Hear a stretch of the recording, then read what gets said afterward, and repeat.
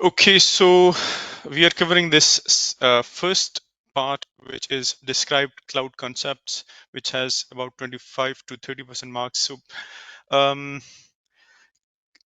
Cloud computing जो है, azure है, एडब्ल्यूएस है, इसकी इम्पोर्टेंस आजकल इतनी ही ज्यादा है जितनी लेट्स से आप डेवलपमेंट में गिट यूज कर रहे हैं और कोई टूल यूज कर रहे हैं, तो ये भी एक आपका टूल है और इसकी इम्पोर्टेंस उतनी ही ज्यादा है सिस्टम एडमिन्स के लिए भी और अम, बाकी भी मुख्तलिफ टीम्स के लिए।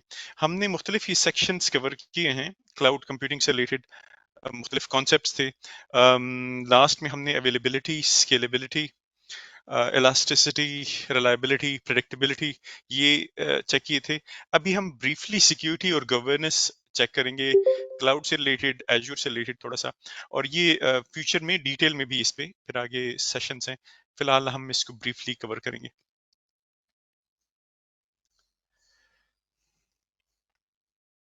अच्छा, सिक्योरिटी, गवर्नेंस और मैनेजेबिलिटी, इसको आगे देखते हैं हम फर्दर कि क्लाउड में, एश्योर में कैसे ये चीजें मैनेज की जा रही। सिक्योरिटी के लिहाज से ये है कि सिक्योरिटी फुल टाइम जॉब है। अब सिक्योरिटी पे बहुत इन्वेस्ट हो रहा है, कंपनीज इन्वेस्ट कर रही हैं। क्लाउड सर्वर्स, क्लाउड प्रोवाइडर्स जो हैं वो सिक्योरिटी पे बहुत इन्वेस्ट कर रहे हैं। इंफ्रास्ट्रक्चर की सिक्योरिटी है आपकी, फिजिकल सिक्योरिटी भी इसमें आ जाती है आपकी, एक्सेस की सिक्योरिटी इंक्लूडेड है इसमें। um, जो क्लाउड प्रोवाइडर्स हैं वहां पे आपको फिजिकल सिक्योरिटी ऑटोमेटिकली मिल जाती है। इंफ्रास्ट्रक्चर की सिक्योरिटी जो है कुछ आपके जिम्मेदारी है, कुछ क्लाउड प्रोवाइडर्स की जिम्मेदारी है। क्लाउड में जो आपका डाटा है वो इनक्रिप्शन उसकी की गई है, वो इनक्रिप्टेड है। तो वो इनक्रिप्शन एट रेस्ट भी है और डाटा ट्रांसफर के दौरान भी इनक्रिप्शन है। डाटा ट्रांसफर के दौरान इनक्रिप्शन जो है, अगर आप एजूर एक्सेस कर रहे हैं, उसका उनका पोर्टल एक्सेस कर रहे हैं, या उनकी कोई सीएलआई एक्सेस कर रहे हैं, या कोई स्टोरेज सर्विस एक्सेस कर रहे हैं, तो वो सारे ऑटोमेटिकली बाय डिफॉल्ट इनक्रिप्टेड हैं। अगर उसके अंदर आप अपनी कोई एप्लीकेशन रन कर रहे हैं, उस एप्लीकेशन का हो सकता है कि वो डाटा ट्रांसफर के दौरान इनक्रिप्टेड ना हो। आपने अगर HTTPS यूज नहीं किया हुआ तो वो इनक्रिप्टेड नहीं होगा। इस तरह की और भी मिसालें हैं कि अगर ईमेल का आपका डाटा है, वो आपने कोई सर्वर बनाया है, उसमें अपनी कोई ईमेल की सर्विस रखी है, तो ईमेल की सर्विस इनक्रिप्टेड भी होती हैं और अनइनक्रिप्टेड भी होती हैं। पोर्ट 25 जो है वो अनइनक्रिप्टेड यूज हो रहा होता है। पोर्ट 465 और 587 जो है वो फिर इनक्रिप्टेड के लिए यूज हो रहे होते हैं। अगर मैं और एक और मिसाल दूं आपको, माइस्क्यूएल की जो डेटाबेस है, आप अगर जैसे मैनेजमेंट स्टूडियो यूज करते हैं एसक्यूएल सर्वर के लिए, इसी तरह माइस्क्यूएल के लिए यूज करते हैं। वर्क बेंच है, माइस्क्यूएल वर्क बेंच है, या बाकी मुख्तलिफ टूल्स हैं, माइस्क्यूएल योग है। अब माइस्क्यूएल योग या वर्क बेंच जो है वो माइस्क्यूएल के साथ जब कम्युनिकेट करता है तो वो अनइनक्रिप्टेड करता है by default. By default MySQL की जो कनेक्शन है वो अनइनक्रिप्टेड है। एसक्यूएल सर्वर का कनेक्शन जो मैनेजमेंट स्टूडियो कर रहा होता है वो इनक्रिप्टेड है। तो थोड़ा सा मैं ये पॉइंट एक्सप्लेन कर रहा था कि इनक्रिप्शन एट रेस्ट और डाटा ट्रांसफर। तो data transfer, encryption at rest जो है माइक्रोसॉफ्ट का वो हैंडल कर रहा है। डाटा ट्रांसफर के दौरान इनक्रिप्शन जो है वो कुछ जगहों पे होगा, कुछ जगहों पे अगर आपकी सर्विस है, जैसे कि माइस्क्यूएल की या कोई HTTP पे आप यूज कर रहे हैं, तो वो शायद ना हो। वो आपने खुद उसका ख्याल रखना है। जो माइक्रोसॉफ्ट की जो एजूर की डिफॉल्ट सर्विसेज हैं वो ऑटोमेटिकली डाटा ट्रांसफर के दौरान इनक्रिप्टेड होंगे।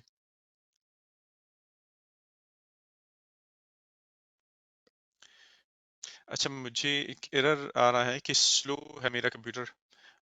आई गेस हीट अप हो रहा है, तो कोई इशू हो तो मुझे ज़रूर बता दें फिर। एप्लीकेशन सिक्योरिटी, कोड और डेटाबेस वो आपने डिपेंड करता है कि आपकी रिस्पॉन्सिबिलिटी है या माइक्रोसॉफ्ट की एज्योर की रिस्पॉन्सिबिलिटी है। तो वो डिपेंड, जैसे कि हमने पिछले मॉडल्स में मुख्तलिफ देखा शेयर्ड रिस्पॉन्सिबिलिटी में, अगर कोई वर्चुअल मशीन है तो उसमें आपका कोड हो गया या डेटाबेस होगी, आपका आपकी रिस्पॉन्सिबिलिटी है। अगर लेट्स से वो कोई ऐप सर्विस में है तो उसमें फिर थोड़ा सा शेयर्ड रिस्पॉन्सिबिलिटी हो जाएगी, कुछ वेब सर्वर से रिलेटेड चीजें, कुछ वैफ के रूल्स हो गए, इस तरह की चीजें जो है माइक ने कवर किए हैं, कुछ आपने कवर करनी है। एश्योर की तरफ से या बाकी प्रोवाइडर्स की तरफ से एआई के जरिए जो है मुख्तलिफ प्रोडक्ट्स हैं उनके उनको मैनेज किया जा रहा होता है, और मशीन लर्निंग के जरिए कोई इशू हो, कोई मसला हो, या कोई जो लॉग्स हैं उनको इस तरीके से किया गया होता है कि आपको अच्छे अलर्ट्स मिल जाते हैं, जो कि नॉर्मली लोकल में प्रोवाइड पॉसिबल नहीं है। एश्योर की फायरवॉल है, जो आपका वर्चुअल मशीन है या कोई और कोई सर्विस है, उसकी एक्सटर्नल एक एश्योर की तरफ से फायरवॉल आपको अवेलेबल होती है, वो आप एश्योर के जो पोर्टल है वहां से उसको मैनेज कर सकते हैं। फायरवॉल्स की डिफरेंट किस्में होती हैं। एक पहले होती थी एक हार्डवेयर फायरवॉल, एक सॉफ्टवेयर फायरवॉल। तो हार्डवेयर फायरवॉल ये है कि अगर आपके ऑपरेटिंग सिस्टम या आप जो सर्विस यूज कर रहे हैं उसके बाहर है, तो वो हार्डवेयर फायरवॉल है आपकी। वो अ, आपके ऑपरेटिंग सिस्टम को पता नहीं है और उसके बाहर एक फायरवॉल मैनेज की जा रही है। और कुछ फायरवॉल्स ये होती हैं जैसे कि आपके विंडोज की अपनी इंटरनल फायरवॉल है। ये हम देखेंगे आगे फ्यूचर में, कवर भी करेंगे। इस तरह के इशू आ सकते हैं, अक्सर होते हैं। अम, हम फेस कर रहे होते हैं कि कोई सर्विस हम एक्सेस कर रहे हैं, लेट्स से एक वेब सर्वर है, एक डेटाबेस सर्वर है, डेटाबेस सर्वर में हमने कोई पोर्ट अलाउ की लोकल इंटरनल फायरवॉल में, वेब सर्वर उसको एक्सेस करना चाह रहा है, लेकिन उसकी एक अलग से एक्सटर्नल फायरवॉल भी है, उसमें नहीं किया गया। तो वो डिपेंड करता है कि फायरवॉल कहाँ कहाँ पे चीजें ब्लॉक कर रही है या कैसे कैसे अलाउ किया गया है। माइक्रोसॉफ्ट डिफेंडर और and point protection. Microsoft defender जो है अब एक एज ए एंटी वायरस जो है आप एजोर के सारी सर्विसेज के लिए अवेलेबल है। अम, कुछ जगहों पे फ्रीली अवेलेबल है, कुछ जो है आपका इसमें पेड सर्विसेज हैं। लेट्स से कोई वर्चुअल मशीन है, उस पे आपने माइक्रोसॉफ्ट डिफेंडर करना है तो वो आपको पेड उसके पे करना पड़ेगा। आइडेंटिटी प्रोटेक्शन, इसको हम डिटेल में कवर करेंगे। आइडेंटिटी प्रोटेक्शन माइक्रोसॉफ्ट एज्योर में जो है बहुत बेहतर तरीके से जो आइडेंटिटी है, जो एक्सेस है उसको मैनेज किया गया है, और वो किया गया है थ्रू एक्टिव डायरेक्टरी। उसमें बड़े मजे के यूजर्स बन जाते हैं, उन यूजर्स को आप राइट्स असाइन कर सकते हैं, और उनकी आइडेंटिटी प्रोटेक्शन जो है वो वहां से होती है। मुख्तलिफ एप्लीकेशंस हैं, उनको आइडेंटिटी दी जा सकती है। मैं AWS का देख रहा था, एक क्लाइंट की अभी कल, इनफैक्ट कल भी और उससे पहले भी लास्ट वीक्स में हेल्प कर रहा था, और इतना उन्होंने कॉम्प्लिकेट की गई हैं चीजें वहां पे। मुख्तलिफ किस्म की आइडेंटिटीज उन्होंने बनाई हैं। AWS का इंटरफेस की अलग हैं, उसमें AD की अलग हैं, उसमें कोई वर्कमेल है उसकी अलग जगह पे हैं, और सारी आपस में सिंक भी नहीं है। तो वो उन्होंने आहिस्ता आहिस्ता ग्रेजुअली मुख्तलिफ फीचर्स ऐड किए हैं, और उस लिहाज से वो जो उनकी आइडेंटिटी है वो इतनी बेहतर नहीं है।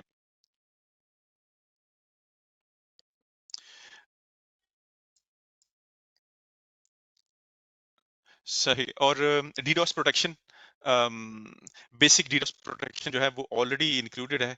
डीडोस प्रोटेक्शन नॉर्मली आजकल इतनी जरूरत नहीं होती, ऑटोमेटिकली डीडोस प्रोटेक्शन हैंडल की जा रही होती है। लेकिन कुछ ऐसे केसेस आ सकते हैं कि जिसमें डीडोस प्रोटेक्शन बहुत इंपॉर्टेंट हो जाती है। अम, जैसे कि कोई आपकी सर्विस है या कोई सर्वर है, वो अंडर अटैक हो जाए किसी हैकर्स की तरफ से, या कुछ ऐसी सर्विसेज होती हैं, आप कोई मशहूर हो जाए, कोई कोई वेबसाइट है, तो उस पे इस तरह के अटैक्स आ जाते हैं कि कोशिश ये होती है कि वो आपकी सर्विस या आपके जो एप्लीकेशन है उसको डाउन किया जाए। तो वो डीडोस में आता है। Dynamic denial of service attack ये है। तो वो मुख्तलिफ आईपी से एक अटैक होता है, उसकी ऑटोमेटिक प्रोटेक्शन एजूर में अवेलेबल है। माइक्रोसॉफ्ट सेंटेनियल, ये एक सर्विस है स्पेशली इस security information and event management. ये ऐड की जा सकती है एक्स्ट्रा सिक्योरिटी ऑर्केस्ट्रेशन के लिए और ऑटोमेशन और रिस्पांस के लिए।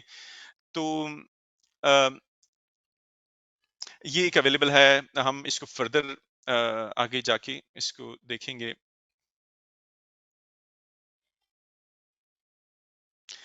अच्छा, ये रिक्वायरमेंट होती है मुख्तलिफ कंप्लायंस की, तो उस लिहाज से ये रिक्वायरमेंट ये यूज करके वो रिक्वायरमेंट पूरी की जा सकती है माइक्रोसॉफ्ट एजूर में। मैं ज्यादा डिटेल में इसको एक्सप्लेन नहीं करूंगा। आगे फर्दर जो सिक्योरिटी का सेक्शन है उसमें हम इसको फर्दर डिटेल में डिस्कस कर लेंगे। माइक्रोसॉफ्ट डिफेंडर फॉर क्लाउड एक एज ए एंटीवायरस है, और ये एंटीवायरस एक सेंट्रल लोकेशन से सारी चीजें जो है वो मैनेज करने की इसमें कैपेबिलिटी है। तो एक सेंट्रल लोकेशन है डिफेंडर की, डिफेंडर का एडमिन इंटरफेस है। वहां से आप वर्चुअल मशीन्स हैं या बाकी सी रिसोर्सेज हैं, उनको उनके लिए एक एंटीवायरस और उनके लिए बहुत ही एडवांस किस्म का एक सिक्योरिटी टूल है। और इवन इसकी कैपेबिलिटी यह है कि अगर आपकी AWS या GCP या किसी और भी आपकी कोई जगह पे कुछ वर्चुअल मशीन्स हैं, उनको भी वहां पे भी आप इंस्टॉल कर सकते हैं और आपके डैशबोर्ड में आपको ये नजर आता है।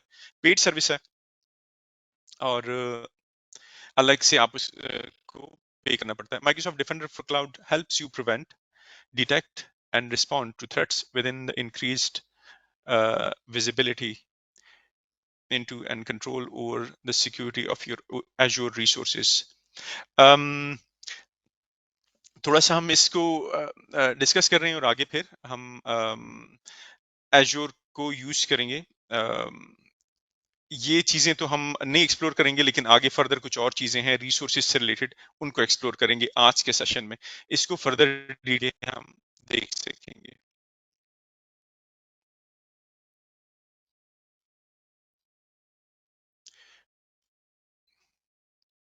अच्छा, डाटा गवर्नेंस ये भी डिटेल में हमने आगे कवर करना है, लेकिन इस सेक्शन में हल्का सा इसको एक टच दिया गया है, और इसको ज्यादा हम एक्सप्लेन नहीं करेंगे। ये role based access control, Active Directory का रोल इसमें आ जाता है, और वहां से role based access control Azure के रिसोर्सेज को दिया जाता है। इसमें मुख्तलिफ बिल्ट इन रोल्स हैं, वो यूज किए जा सकते हैं। जैसे कि आप कोई चाहते हैं कि एक आपने एक अ, एक ग्रुप ऑफ रिसोर्सेज बनाया है, उसको यूजर है हमारे पास शहबाज साहब हैं, शहबाज को हम उसमें ओनर का रोल हम दे रहे हैं, तो वो ओनर जो हो के फिर वो उसको चीजें वहां पे मैनेज कर सकेगा मुख्तलिफ, और इवन अदर यूजर्स को डेलीगेट कर सकेगा एक्सेस। कंट्रीब्यूटर जो है वो सिर्फ क्रिएट और मैनेज कर सकता है, रीडर जो है वो व्यू कर सकता है वहां पे रिसोर्सेज, और यूजर एक्सेस एडमिनिस्ट्रेटर जो है वो क्रिएट डिलीट तो नहीं कर सकता, लेकिन वो बाकी यूजर्स को एक्सेस दे सकता है। तो ये तीन चार किस्म के जो डिफॉल्ट रोल्स हैं वो यहाँ पे हमने डाटा गवर्नेंस में हम डिस्कस कर रहे हैं।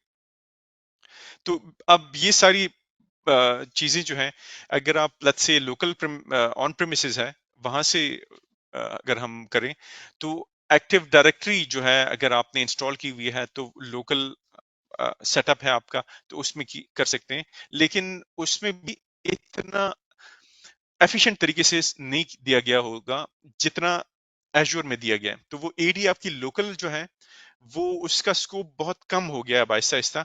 जो एजूर की एडी है वो एजूर के सारे रिसोर्सेज तक उसकी बिल्ट इन उसमें कैपेबिलिटी है कि वो चीजें मैनेज कर सके, सिंगल साइन ऑन और बाकी इस तरह की चीजें वो सारी यहाँ से की जा सकती हैं। एजूर पॉलिसी का थोड़ा सा हम डिस्कस करें यहाँ पे। Helps you enforce organizational standards to access compliance at scale.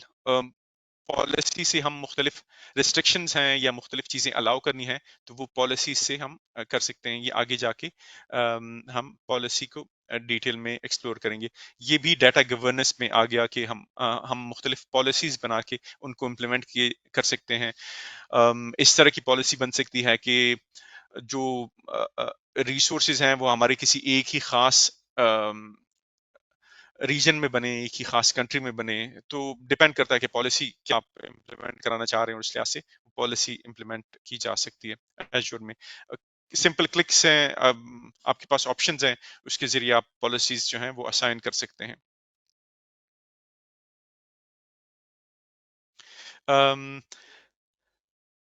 Azure RBAC, Role Based Access Control, focuses on managing user actions at different scopes. If control of an action is required, then Azure Role Based Access Control is the correct tool to use. Even if individual has access to perform an action, if the result is a non-compliant resource, Azure policy will blocks the create and update. तो policy और role based access control जो है उनका कैसे आपस में link है। तो शायद किसी यूजर को अलाउड हो कि वो एक रिसोर्स क्रिएट कर सके, लेकिन वो पॉलिसी जो है वो अलाउ है तब भी वो, क्योंकि पॉलिसी से उसको रिस्ट्रिक्ट किया गया है, तो वो रिसोर्स जो है लेट्स से उस रीजन में के अलावा कहीं पे क्रिएट नहीं कर सकता, तो वो वहां से उसमें रिस्ट्रिक्शन आएगी। तो ये एक्टिव डायरेक्टरी के कॉन्सेप्ट्स हैं यहाँ पे इम्प्लीमेंट किए गए हैं, और ये मोस्टली गवर्नेंस के लिए हैं कि ओवरऑल वो चीजें गवर्न की जाए। अब ये सारी चीजें जो हैं शायद आप अपने जो नॉर्मल यूज है उसमें आपको यूज करने की जरूरत ना आए, या आप उसको यूज ना करें, लेकिन जब आपको आइडिया होगा तो आप अपने सिस्टम एडमिन को कह सकते हैं कि मुझे आपने ये रोल बेस्ड एक्सेस मुझे देंगे, तब मैं जो एक एआई की मेरी सर्विस है वो रन होगी या उसको मैं यूज कर सकूंगा। तो आपको इसका लेट्स से कुछ डिटेल में नहीं भी करते इसको एक्सप्लोर, तब भी आपको जब आइडिया होगा इन चीजों का तो आप उसको जो क्लाउड है उसको यूटिलाइज कर सकेंगे। और ये मोस्टली इस तरह की फीचर्स हैं जो कि वन टाइम लर्न है, मतलब ये ऑन गोइंग इतना चेंज इसमें नहीं आता। आपको जरूरत पड़ती है तो आप रोल बेस्ड एक्सेस कंट्रोल या AD role for my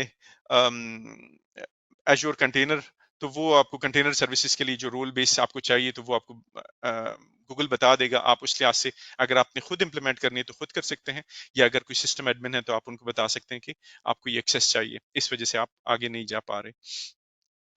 monitoring है, ऑटोमेटेड मॉनिटरिंग के टूल्स हैं, कुछ पेड भी हैं मॉनिटरिंग के टूल्स, और ग्राफ्स हैं, उसके जरिए चीजें देखी जा सकती हैं। सर्विस के हेल्थ से रिलेटेड अलर्ट्स हो सकते हैं, लॉग्स हैं, और बड़े अच्छे तरीके से चीजें मैनेज की गई हैं। मुख्तलिफ डैशबोर्ड्स हम बना सकते हैं, उन डैशबोर्ड में मेरी सर्विसेज हैं उनसे रिलेटेड जो ग्राफ्स हैं वो वहां पे मैं ऐड कर सकता हूँ एजूर में, और अपना एक डैशबोर्ड बना सकता हूँ। या मेरा कोई जूनियर है उनको डैशबोर्ड मैं डेली बेसिस पे दे सकता हूँ कि यार डेली बेसिस पे आपने इस डैशबोर्ड को देखना है, कोई एक्टिविटी या कोई मसला हो मुझे बताना है, तो वो चीजें की जा सकती हैं।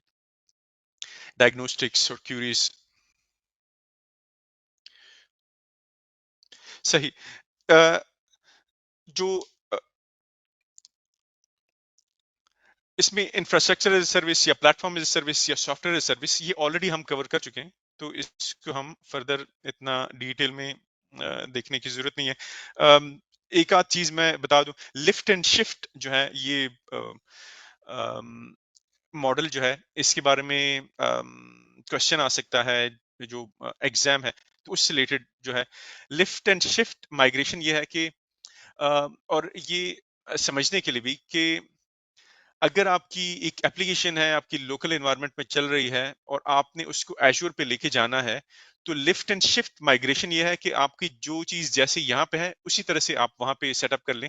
तो उसके लिए infrastructure as a service best है, IaaS उसके लिए बेस्ट है, और उसको लिफ्ट एंड शिफ्ट माइग्रेशन कहते हैं। You are standing up cloud resources similar to your on-premises data center.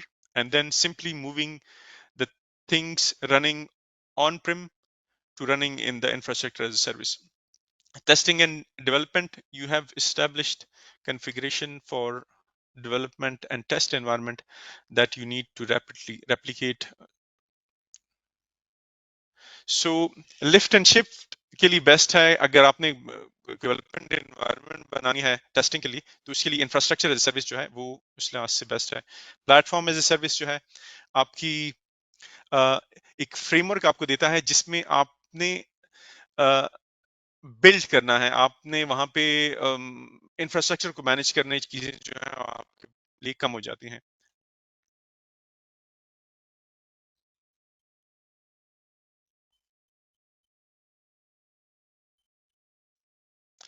इसमें स्केलेबिलिटी या हाई अवेलेबिलिटी, ये चीजें जो हैं इजी टू मैनेज हैं, और इसको हम आगे फर्दर जो इसके एप्लीकेशंस हैं जैसे कि वेब एप्स है स्पेशली या डेटाबेस की सर्विस है, तो उनको हम डिटेल में यूज करेंगे। इसकी जो एप्लीकेशंस हैं वो हम डिटेल में यूज करेंगे।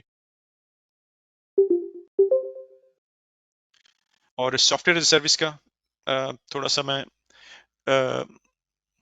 शेयर कर लूं, जैसे कि ईमेल है, मैसेजिंग है, या बिजनेस प्रोडक्टिविटी एप्लीकेशंस हैं, फाइनेंस या एक्सपेंस ट्रैकिंग है, उससे रिलेटेड चीजें हैं, या जो भी आपको इजीली अवेलेबल हो जिसमें आपको कोडिंग की जरूरत ना हो, तो वो सॉफ्टवेयर एज सर्विस आपकी है। और इसमें टेक्निकल नॉलेज वगैरह आपकी जरूरत नहीं होती। ये एक यहाँ पे एक डायग्राम है, इसमें ये जरा डिटेल में चीजें कि ऑन प्रेमिसेस में सारी चीजें हैं आपने मैनेज करनी है, इंफ्रास्ट्रक्चर एज सर्विस में आपने जो है ऑपरेटिंग सिस्टम तक की चीजें आपने मैनेज करनी है, बाकी जो है वो माइक्रोसॉफ्ट जो कि आपका क्लाउड प्रोवाइडर है वो कर रहा है। और प्लेटफॉर्म एज ए सर्विस में यहाँ पे उन्होंने जैसे कि नेटवर्क कंट्रोल्स हैं तो वो हाफ माइक्रोसॉफ्ट कर रहा है, हाफ आप कर रहे हैं। एप्लीकेशंस हैं तो वो कुछ चीजें आपको अलाउड हैं, कुछ चीजें नहीं हैं। तो ये एक हार्ड एंड फास्ट रूल नहीं है जैसे मैंने पहले भी मेंशन किया था, लेकिन इसमें जो ऑप्शंस हैं, आपकी जो रिक्वायरमेंट है उस लिहाज से आप मिक्स करके भी चीजें इसकी बना सकते हैं। और सॉफ्टवेयर सर्विस जो है उसमें देखें तो मोस्टली एज्योर कर रहा है, लेकिन उन्होंने आइडेंटिटी और डायरेक्टरी इंफ्रास्ट्रक्चर जो है वो ये उसको कुछ आप कर रहे हैं चीजें, कुछ माइक्रोसॉफ्ट आपके लिए कर रहे हैं। अच्छा, मैं आगे जाता हूं। और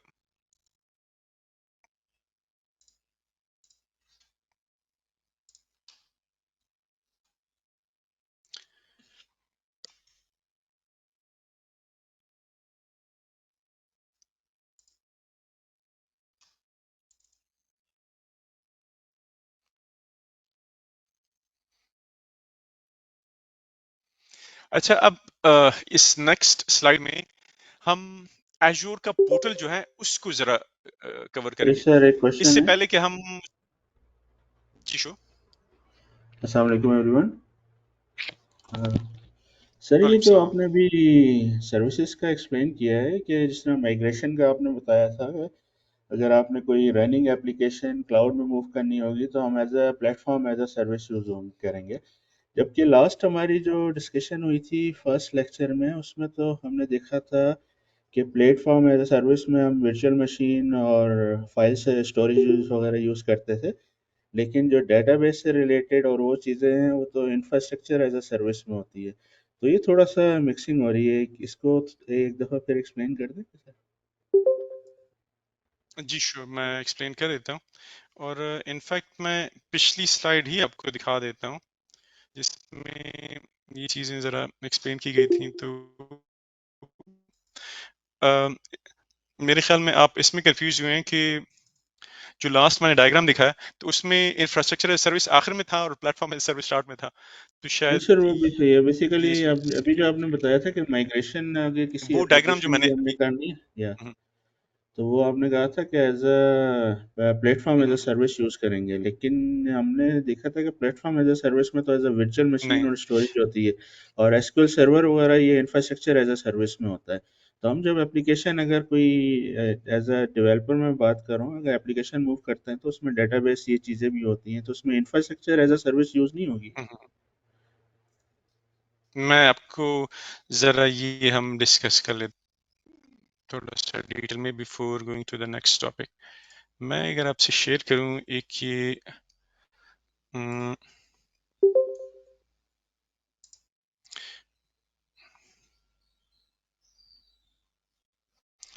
अच्छा, आप इस डायग्राम से मोस्टली फेमिलियर होंगे, पिछली दफा हमने ये वाला डिस्कस किया था, traditional infrastructure as a service, platform as a service और software as a service. Yes, तो जी लिफ्ट जी। एंड शिफ्ट जो हमने किया था वो इंफ्रास्ट्रक्चर एज ए सर्विस में ही होगा। ओके।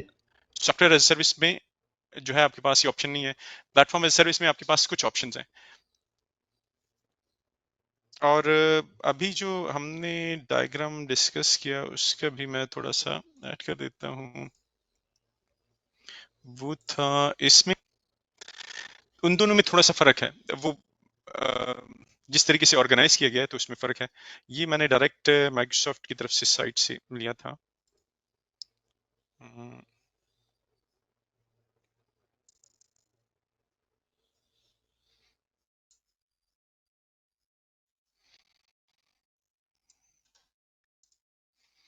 अच्छा ये वाला डायग्राम है ना, तो उसमें इसमें ऑन प्रेमिसेस आखिर में आ रहा है, इंफ्रास्ट्रक्चर सर्विस आ रहा है, फिर प्लेटफॉर्म सर्विस आ रहा है, और जरा इसमें डिफरेंट तरीके से एक्सप्लेन किया गया।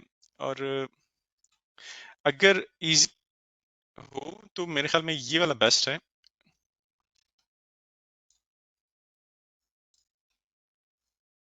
और अगर आप लिफ्ट एंड शिफ्ट मॉडल जो है वो इस पे अप्लाई होता है, इंफ्रास्ट्रक्चर एज ए सर्विस पे।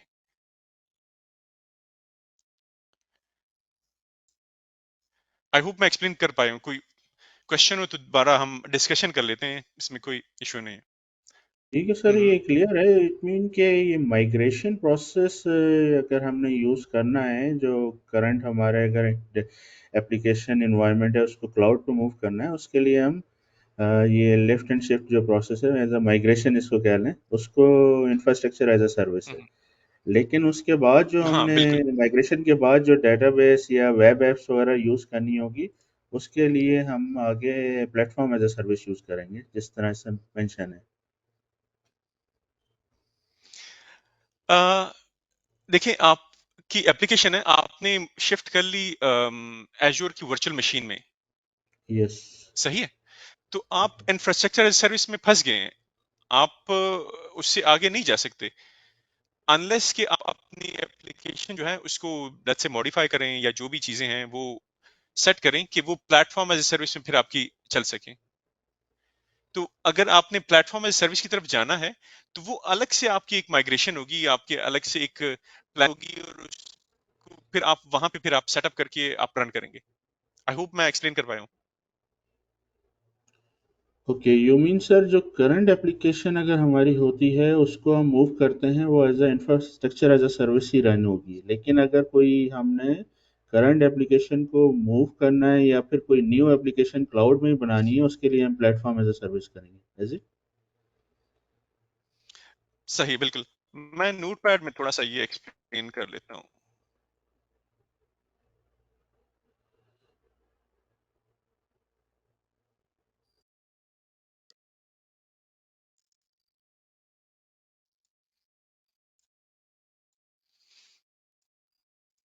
लेट्स से कोई आपकी एप्लीकेशन है और वो आपने सेटअप की ऑन प्रेमिसेस, आपका लेट्स से लैपटॉप पे सेटअप की, उसमें आपने आईएस है, आप क्या यूज करते हैं, पीएचपी है या dot net dot net sir या है कोई और? उसमें, डॉट नेट। Dot net. आपने डॉट नेट में डेवलप की एप्लीकेशन और उसको आपने अपने सिस्टम के लिहाज से बनाया है, और अब आपने क्लाउड में जाना है।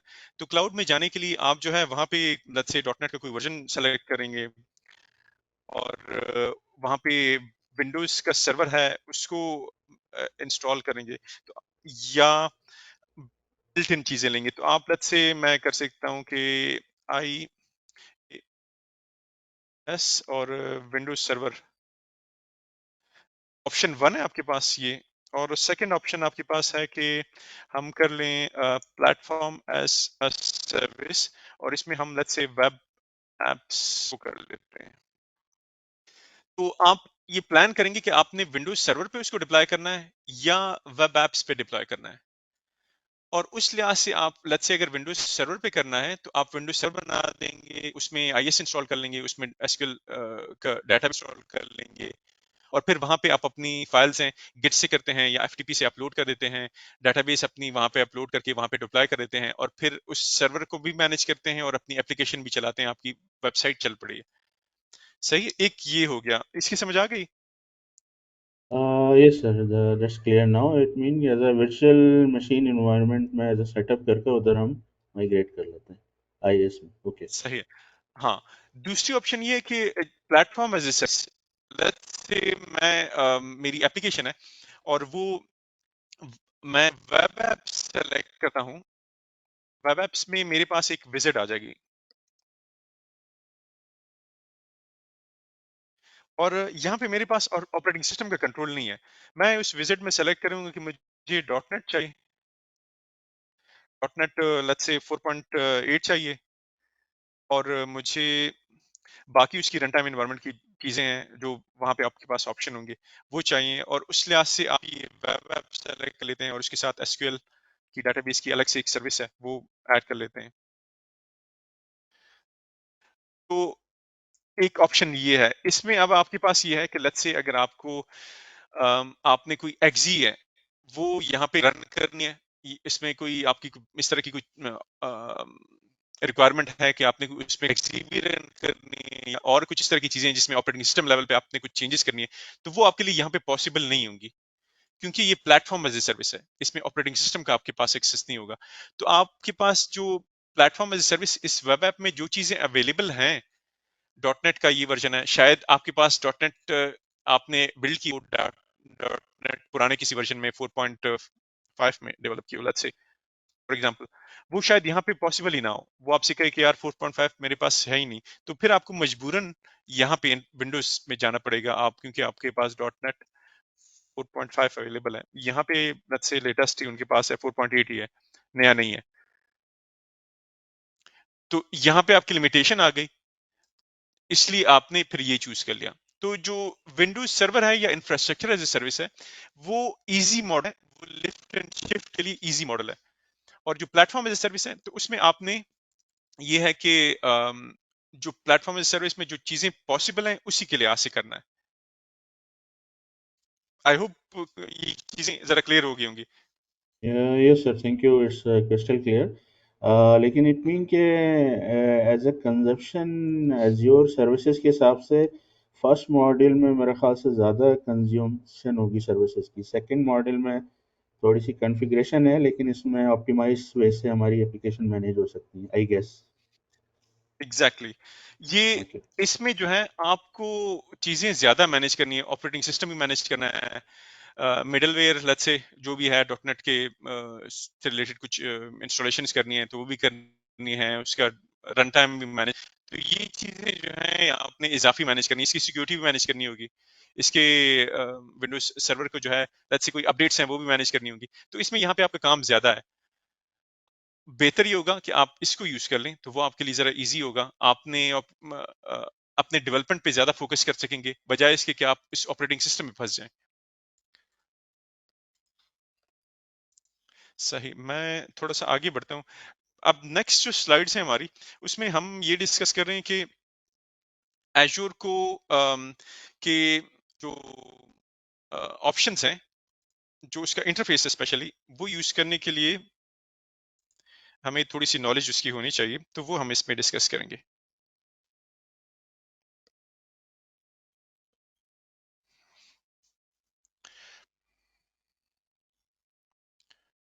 अच्छा, मैं ये स्टार्ट कर रहा हूँ। अच्छा, अब हमने ये क्लाउड के कॉन्सेप्ट जो है मोस्टली ये कवर कर लिए हैं, और अब असल जो एजूर है उसकी तरफ हम जा रहे हैं, एजूर आर्किटेक्चर एंड सर्विसेज, और इसके सबसे ज्यादा मार्क्स हैं, और ये सबसे इंपॉर्टेंट यही है। फिर आखिर में हम मैनेजमेंट और गवर्नेंस को आखिर में करेंगे, इस पे इतना ज्यादा हम टाइम नहीं लगाएंगे। लेकिन मोस्ट ऑफ द टाइम जो है हमारा आर्किटेक्चर एंड सर्विस इसी पे ही होगा, और इसकी इम्पोर्टेंस सबसे ज्यादा है। इसमें जो असल काम है, जो असल एप्लीकेशंस हैं, यहीं पे डिप्लॉय होंगी, चीजें होंगी। इसमें फर्स्ट जो है हम ये चीजें कवर कर रहे हैं जिसमें रीजन्स हैं, रीजन पेयर्स हैं, अवेलेबिलिटी जोन्स हैं, डाटा सेंटर्स हैं, सब्सक्रिप्शंस हैं। अब ये ऊपर जो है कि रीजन्स या अवेलेबिलिटी जोन्स, इसकी इंपॉर्टेंस क्यों है? इसकी इंपॉर्टेंस इसलिए है कि जो आप लेट्स से कोई वर्चुअल मशीन डिप्लॉय कर रहे हैं या कोई ऐप डिप्लॉय कर रहे हैं, तो उसका आपको आइडिया हो कि आपने उसकी अवेलेबिलिटी जोन्स रखने हैं नहीं रखने। तो इस लिहाज से ये कॉन्सेप्ट जो है, ये हम इसको समझेंगे। ये वन टाइम समझने की कॉन्सेप्ट है, और आपकी सारी फिर आगे काम आते हैं। इसी तरह सब्सक्रिप्शंस हैं, या मैनेजमेंट ग्रुप्स हैं, या रिसोर्स ग्रुप्स हैं। तो ये जो एजूर का पोर्टल है, उसमें चीजें हैं, आपको नजर आएंगी कि अच्छा ये सब्सक्रिप्शन है मेरी, ये रिसोर्स ग्रुप है मेरा, या ये रिसोर्सेज है मेरे। अम, अच्छा, अगर आपने नहीं किया तो अब तक तो स्टार्ट करें अपना, जरूर। azure.microsoft.com हमारी ये इनकी वेबसाइट है, यहाँ से जाके आप फ्री 200 का क्रेडिट ले सकते हैं। portal.azure.com ये इनका मेन पोर्टल है, जहां से एजूर पूरा मैनेज होता है। और ये मुझे मिला है अभी चंद दिन पहले ही। सैंडबॉक्स है इनका, और इसमें जाके 1 घंटे के लिए आपको ऑप्शन मिल जाती है कि आप एश्योर को टेस्ट करें, उसको सर्विसेज क्रिएट करें, यूज करें। 1 घंटे तक उसका ऑप्शन रहता है, वो उसके बाद फिर वो खत्म हो जाती है। तो इसको भी हम देखते हैं, इसको इनफैक्ट आज हम देखेंगे, ताकि इसको आप यूज कर सकें विदाउट एनी पेइंग एनीथिंग। ये $200 के लिए आपको क्रेडिट कार्ड चाहिए होगा, इसके लिए क्रेडिट कार्ड नहीं चाहिए। इसके लिए ये है कि आपका सिर्फ आउटलुक का या कोई भी माइक्रोसॉफ्ट का अकाउंट होना चाहिए आपके पास, तो वो उसकी जरूरत है। अ, यहाँ पे मैं एक्सप्लेन कर रहा हूँ, ये एक इम्पॉर्टेंट डायग्राम है एजूर को, उसका पोर्टल स्पेशली समझने के लिए, और उसको हम डिटेल में फर्दर ये सब्सक्रिप्शन, रिसोर्स ग्रुप और रिसोर्सेज इसको हम कवर करेंगे। आपका एक एजूर का अकाउंट बन जाएगा, लेट्स से वो सैंडबॉक्स में भी आप लॉग इन करते हैं, तो वो आपका एक एजूर का अकाउंट होता है। उसमें आपकी कोई सब्सक्रिप्शन होती है, सब्सक्रिप्शन मोस्टली बिलिंग आपका एक सेक्शन है, और उस बिलिंग सेक्शन में आप फिर रिसोर्स ग्रुप बना सकते हैं। रिसोर्स ग्रुप ऐसे है कि जैसे कि 3-4 रिसोर्सेज इकट्ठे करके आप एक अपनी एप्लीकेशन के लिए एक रिसोर्स ग्रुप बना लें, और उसके अंदर रिसोर्सेज क्या है? रिसोर्सेज आपकी जो एक्चुअल जो सर्विसेज जहाँ पे आप डिप्लॉय करते हैं, एसक्यूएल का डेटाबेस हो गया, या वेब ऐप है, या कोई वर्चुअल मशीन है, तो वो असल में वो रिसोर्सेज है। इसको हम फर्दर भी करते हैं डिस्कस। अच्छा, एजूर रीजन्स में डिवाइड किया गया है, 60 रीजन्स हैं एजूर के।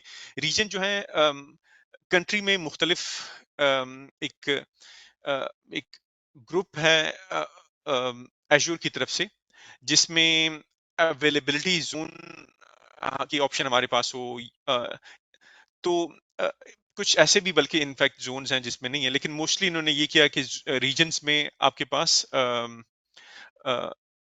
जो अवेल जोन है वो होने चाहिए। अगर मैं रीजन्स की बात करूं तो कनाडा में 2 रीजन्स हैं, यूएस में ज्यादा हैं, 4-5 रीजन्स हैं। इस तरह से यूरोप में मल्टीपल, जर्मनी का रीजन होगा,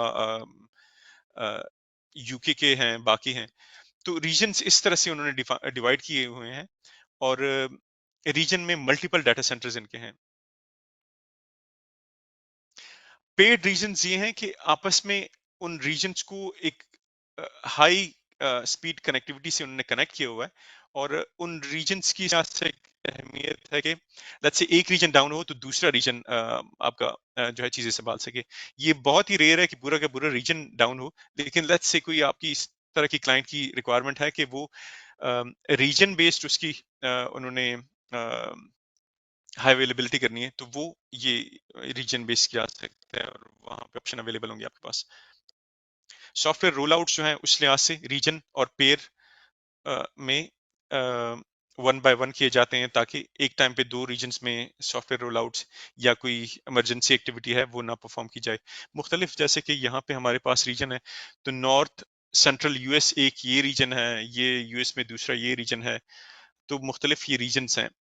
कनाडा ईस्ट है और कनाडा सेंट्रल, कनाडा के ये दो रीजन्स हैं, और ये रीजन पेयर भी होंगे आपस में, ये दोनों आपस में पेयर होंगे रीजन।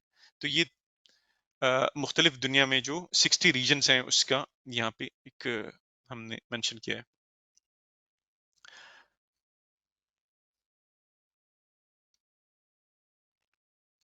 अच्छा, रीजन्स में कुछ सॉवरन रीजन्स हैं। पहले हमने थोड़ा सा डिस्कस किया था, एजूर गवर्नमेंट के लिए अलग से उन्होंने रीजन बनाए हुए हैं, चाइना के लिए अलग से रीजन बनाया हुआ है, और चाइना में आप जाके कोई वर्चुअल मशीन वगैरह परचेज नहीं कर सकते।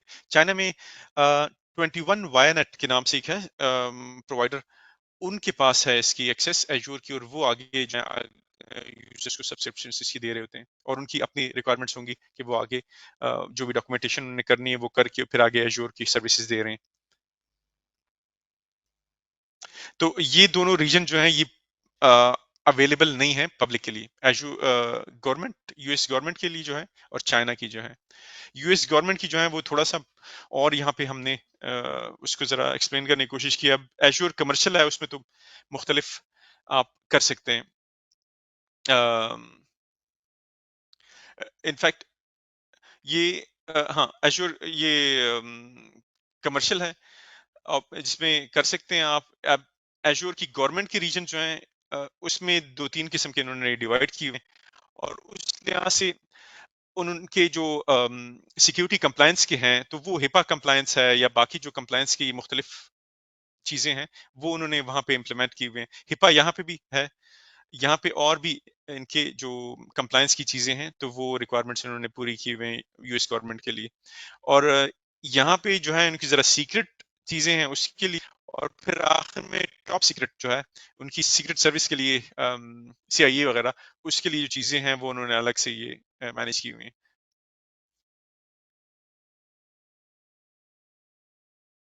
अवेलेबिलिटी जोन्स, अच्छा अवेलेबिलिटी जोन्स ये है कि कोई एप्लीकेशन आप डिप्लॉय करेंगे, हर एक के लिए मोस्टली आपको ऑप्शन मिलेंगे अवेलेबिलिटी जोन के लिए, अम, कि जो आप डिप्लॉय कर रहे हैं कि उसका कोई क्लोन जो है दूसरी अवेलेबिलिटी जोन में बने या ना बने, तो वो तीन अवेलेबिलिटी जोन्स का मोस्टली ये एक स्ट्रक्चर होता है, और उस लिहाज से जब हम वर्चुअल मशीन बनाएंगे तो वहां पे भी मैं आपको ये शेयर करके दिखा सकूंगा। फिजिकली सेपरेट लोकेशन होते हैं विद इन एज्योर रीजन, तो ये है अवेलेबिलिटी जोन। और ये एक डायग्राम में मैंने अब ये एज्योर रीजन है, और इसमें availability zone 1, availability zone 2, availability zone 3, और इस अब ये एक अवेलेबिलिटी जोन 1 है तो उसमें एक या दो डाटा सेंटर्स उसमें हो सकते हैं, तो डाटा सेंटर्स इसमें मल्टीपल हो सकते हैं एक अवेलेबिलिटी जोन में। डाटा सेंटर्स अलग हैं और अवेलेबिलिटी जोन्स अलग हैं। अवेलेबिलिटी जोन्स ये होते हैं कि उनकी इंटरनेट की सर्विस हो गई, उनकी पावर की सर्विसेज हो गई, बाकी जो उनका इंफ्रास्ट्रक्चर है तो वो पूरा इंडिपेंडेंट, एक पूरा एक आपको एक जोन मिलता है, एक पूरा एक आपको स्ट्रक्चर मिलता है जिसमें सारी चीजें इंडिपेंडेंट होती है। डाटा सेंटर्स में ये होगा कि एक डाटा सेंटर्स की जो है कुछ चीजें पूरी हों, कुछ चीजें पूरी ना हो, कुछ चीजें साइड में दूसरा कोई डाटा सेंटर हो उसके साथ लिंक्ड अप हो, जैसे कि पावर शेयर किया गया हो दो डाटा सेंटर का। तो इस लिहाज से ये एक एक डायग्राम में बहुत अच्छे तरीके से यहाँ पे एक्सप्लेन किया गया है। आपस में कनेक्टेड होते हैं ये अवेलेबिलिटी जोन्स, कि आपको हाई अवेलेबिलिटी और रिलायबिलिटी दे सकें। ये रीजन्स के लिहाज से जिनके पास अवेलेबिलिटी जोन्स हैं, तो मिडल ईस्ट में कतर, यूएई, नॉर्थ, इनके पास अवेलेबल हैं, इनके पास इनफैक्ट मेरे ख्याल है इनके पास अवेलेबल नहीं है, इन पे स्टार लगाया गया है जहां तक मैंने देखा था, और बाकियों के पास जो अवेलेबिलिटी जोन्स हैं वो अवेलेबल हैं। ये कोई भी आप यहाँ पे लेट्स से फ्रांस में कोई वर्चुअल मशीन बना रहे हैं तो वहां पे आपके पास ऑप्शन होगा कि वो अवेलेबिलिटी जोन आप यूज करके उनका। डाटा सेंटर्स जैसे मैंने एक्सप्लेन किया, यूनिक फिजिकल बिल्डिंग है where which contains thousands of physical servers with its own power, cooling, and networking infrastructure. Um, these data centers are located all over the globe. As of the course recording, there are over 200 and plus Azure data centers. ये तकरीबन 5-6 महीने पहले का data है, तो अब और भी ज्यादा चुके होंगे इनके डाटा सेंटर्स। और अच्छा, अब रिसोर्सेज का इसका हम थोड़ा सा देख लेते हैं। Any service that you create in Azure is a resource. Virtual machine एक रिसोर्स है, कोई डेटाबेस है वो रिसोर्स है, स्टोरेज अकाउंट है वो रिसोर्स है। और उनको क्रिएट हम कैसे कर सकते हैं? एजूर पोर्टल से कर सकते हैं। अभी हम कोई सर्विस रिसोर्स जो है, अब अभी हम थोड़ी देर में क्रिएट करके उससे लिख लेते हैं। तो वो एक हम जब क्रिएट करेंगे तो वो एजूर पोर्टल से कर सकते हैं या सीएलआई से कर सकते हैं। कमांड लाइन इंटरफेस हमारे पास ऑप्शन है, उससे भी किए जा सकते हैं वो रिसोर्स। और हमें उस रिसोर्सेज के लिहाज से फिर बिल आता है कि जितने हम रिसोर्सेज क्रिएट करें उनका बिल आता है। रिसोर्स ग्रुप जो है ये फ्री है। रिसोर्स ग्रुप आप कोई बनाते हैं तो वो एक लॉजिकल एक आपके पास एक ग्रुपिंग होती है जिसमें आप मुख्तलिफ जो रिसोर्सेज हैं वो कंबाइन करते हैं।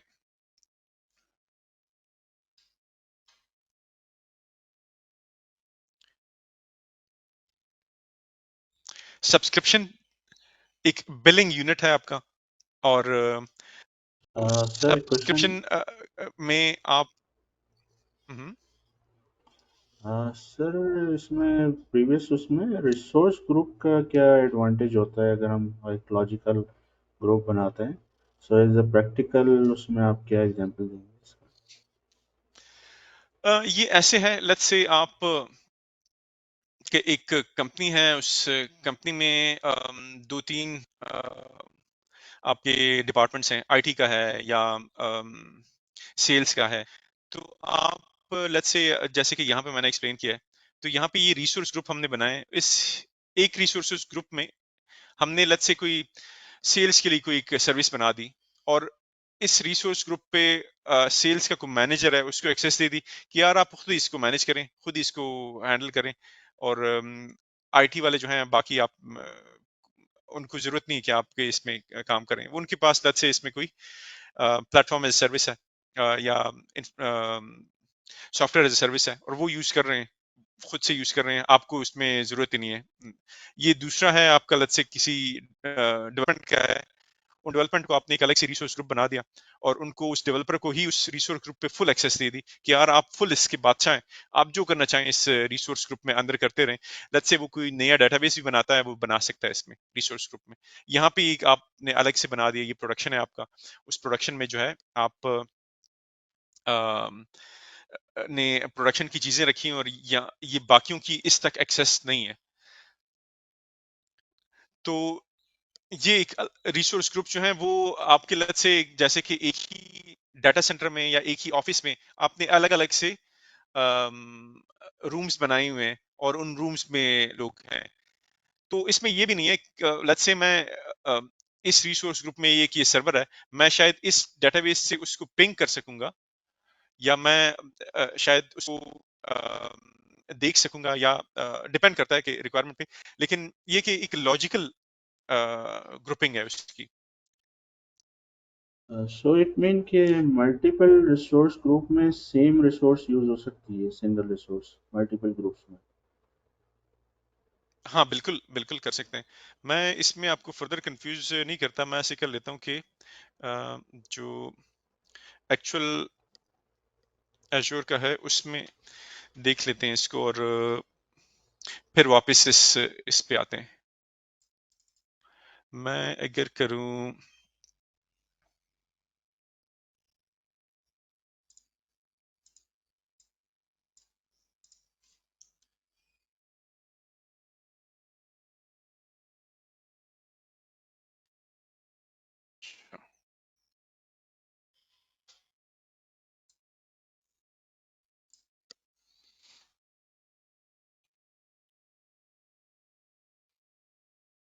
ये एक वेबसाइट का लिंक है, मैं यहाँ पे व्हाट्सएप में भी शेयर कर देता हूँ उसे।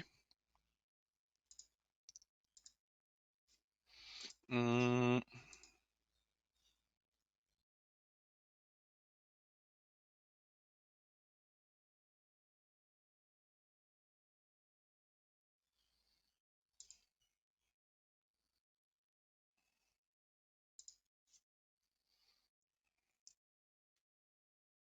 ये है एज़्योर सैंडबॉक्स का लिंक। और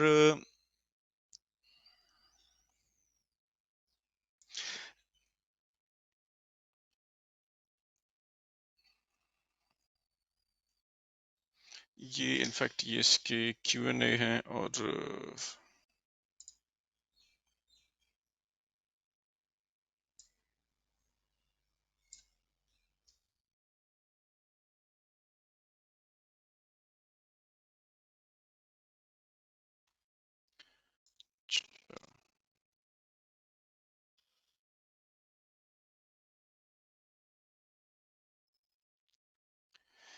अच्छा, ये मेरा सैंडबॉक्स का लिंक है, इसको देखते हैं। अच्छा, ये पेज का लिंक मैंने शेयर किया हुआ है। अगर आप लॉग्ड इन नहीं है तो आप लॉग इन कर लेना। कोई भी आपका आउटलुक का अकाउंट है, और यहाँ से आप जो है ये एक्टिवेट का बटन होगा, उस पर एक्टिवेट पे क्लिक कर लें। और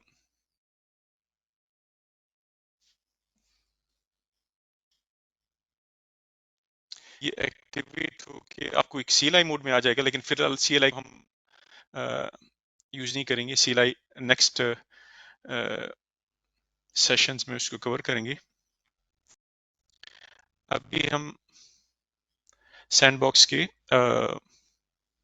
पोर्टल को एक्सेस करते हैं, ग्राफिकल इंटरफेस को एक्सेस करते हैं।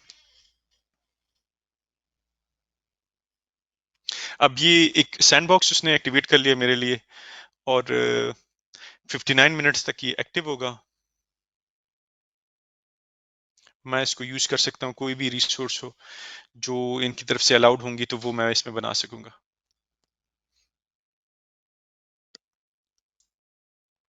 अच्छा, मैं लास्ट में आया हूँ यहाँ पे। अगर मैं देखूँ तो एश्योर पोर्टल का है, इस पे मैं क्लिक कर लेता हूँ, और मेरे लिए ये पोर्टल ओपन हो जाएगा।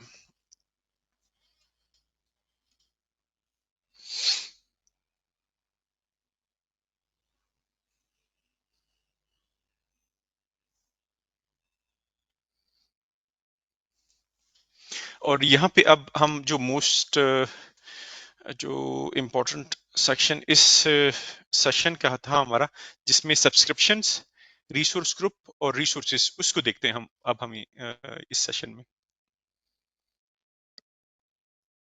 ये मेरा ऑन हो गया, जो फ्री अकाउंट है 1 घंटे के लिए एक्टिव हुआ है। माइक्रोसॉफ्ट लर्न सैंडबॉक्स यहाँ पे ऊपर आ रहा है। और मैं यहाँ पे अगर देखूं तो मेरे पास इनफैक्ट यहाँ से मैं अगर देखूं तो ऑल रिसोर्सेस मैं देख सकता हूँ। मेरे पास ऑल रिसोर्सेज में कुछ भी नहीं है, मैंने कोई भी रिसोर्स नहीं बनाया। तो तीन चीजें हैं, रिसोर्सेज, रिसोर्स ग्रुप और सब्सक्रिप्शंस। ये तीन चीजें अभी हमने डिस्कस की हैं। अच्छा, यहाँ पे कोई टेस्टिंग के लिए शायद बनी हुई है सैंडबॉक्स।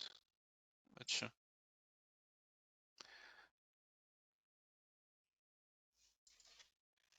अच्छा, मैं ऐसे कर लेता हूँ कि आपको रिसोर्स ग्रुप भी दिखा देता हूँ। ये है रिसोर्स ग्रुप्स।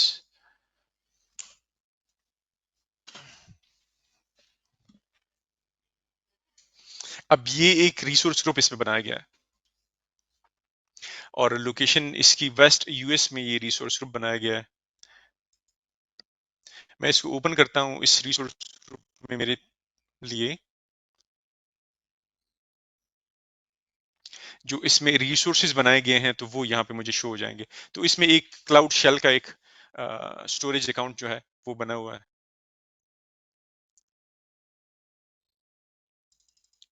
और ये साउथ ईस्ट एशिया में बनाया गया है। अच्छा, अच्छा, इस रिसोर्स ग्रुप में मैं रिस्ट्रिक्टेड नहीं हूँ कि अम, जिस रीजन में मैं कुछ बनाना चाहूँ तो मैं बना सकता हूँ, अनलेस कि पॉलिसी से मेरी कंपनी ने मुझे रिस्ट्रिक्ट किया हो। और रिसोर्स ग्रुप एक लॉजिकल है, तो रिसोर्स ग्रुप कहीं पे भी बना लें, कोई मसला नहीं है। रिसोर्सेज एक्चुअल जो बनाएंगे तो उनका आपस में अगर कम्युनिकेशन बहुत दूर है एक दूसरे से, तो उससे आपकी एप्लीकेशन स्लो हो सकती है। तो बेस्ट ही होता है कि आपने अगर एक डेटाबेस की सर्वर बनानी है, एक वर्चुअल मशीन बनाना है, उसके साथ कोई और कोई सीडीएन की सर्विस ऐड करनी है, कुछ और है, तो वो एक ही जोन, एक ही लोकेशन पे रखें, तो वो आपके लिए बेस्ट होता है। मैं वापस होम पे आता हूँ। अभी सब्सक्रिप्शन का हमने अ, देखा नहीं है, वो उसको देखते हैं। मैं कर रहा हूँ, रिसोर्स क्रिएट कर रहा हूँ मैं, क्रिएट अ रिसोर्स।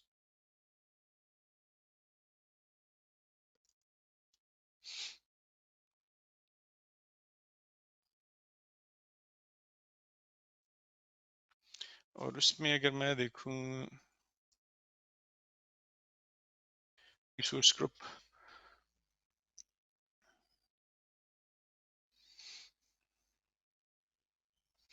ये रिसोर्स ग्रुप रन टाइम पे भी बन जाता है। लेट्स से मैं कोई रिसोर्स बना रहा हूँ तो उसी टाइम कोई रिसोर्स ग्रुप बनाने का ऑप्शन है मेरे पास, वो मैं बना सकता हूँ।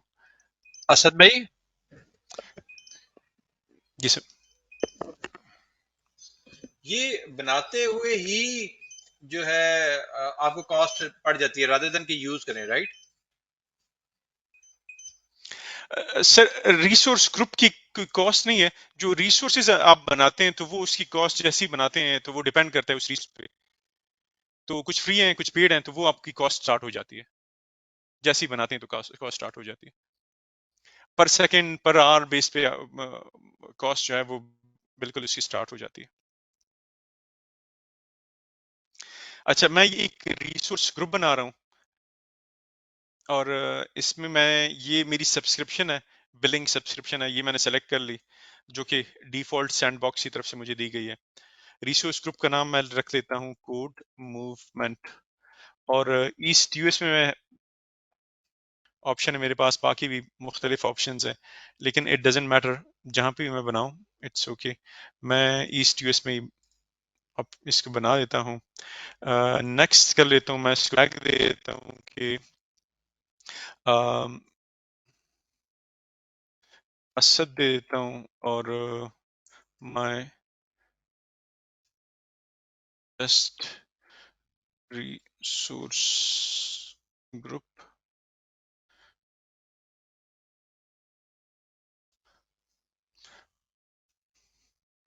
अच्छा, इस पे मैं अपने लिहाज से टैग कर सकता हूँ। मैं लेट्स से इसमें देता हूँ कि प्रोजेक्ट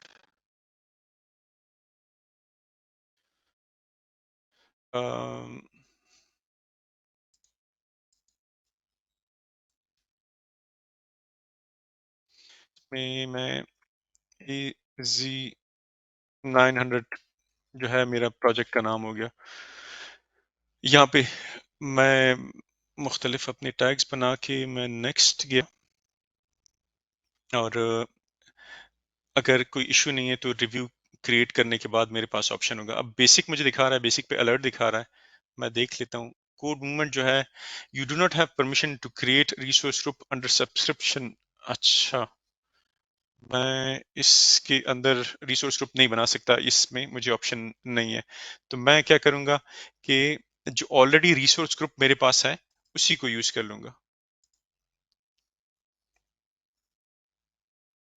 मैं होम पे जाता हूँ और ये वाला रिसोर्स ग्रुप मेरे पास ऑलरेडी है, रिसोर्स ग्रुप। मैं यहाँ से भी, बल्कि मैं चला जाता हूँ, वो आपके लिए ज़रा विजुअल ये अंडरस्टैंड करने में आसानी होगी। यहाँ से रिसोर्स ग्रुप में मैं आया, और अब रिसोर्स ग्रुप ये एक मेरे कंपनी का एक मुझे असाइन किया गया कि ये मैं यूज कर सकता हूँ रिसोर्स ग्रुप। तो अब इसमें एक्चुअल मैं रिसोर्स बना लेता हूँ, यहाँ पे मैं क्रिएट कर लेता हूँ।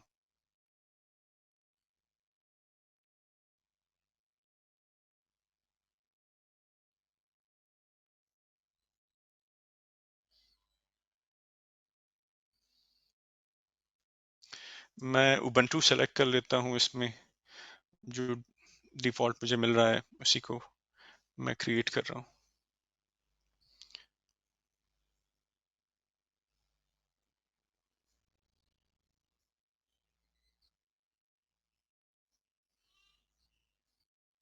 अच्छा, इनकी मार्केट प्लेस है, यहाँ से मैंने ये सेलेक्ट किया है। डायरेक्टली भी मैं जा सकता हूँ कि वर्चुअल मशीन से वहां से क्रिएट करूँ, तो सारे आपस में एक ही तरह की चीजें हैं। मैं एक साइड से भी वही काम कर सकता हूँ, दूसरी साइड से भी वही काम कर सकता हूँ। अब यहाँ पे सब्सक्रिप्शन मेरे ऑटोमेटिकली सेलेक्टेड है, रिसोर्स ग्रुप मेरे पास यही है, मैं नया नहीं क्रिएट कर सकता। वैसे नॉर्मली हम यहाँ पे जो पेड सब्सक्रिप्शन होती है यहाँ पे हम क्रिएट कर देते हैं। लेट्स से कोई रिसोर्स ग्रुप मैं बनाना चाहूँ तो मैं बना सकता हूँ, यहाँ पे ओके करूंगा तो वही रिसोर्स ग्रुप बन जाएगा, लेकिन इसमें मेरे पास नहीं ऑप्शन। दैट्स फाइन, जरूरत नहीं है हमें रिसोर्स ग्रुप एक्स्ट्रा बनाने की। यहाँ पे मैं दे देता हूँ इसको AZ900 जो है इस सर्वर का नाम हम रख रहे हैं। बाकी चीजें हम डिफॉल्ट रख रहे हैं। अगर यहाँ पे देखें तो हमारा availability zone, scale set, availability set, ये चीजें जो हैं ये हमने थोड़ा सा डिस्कस की। और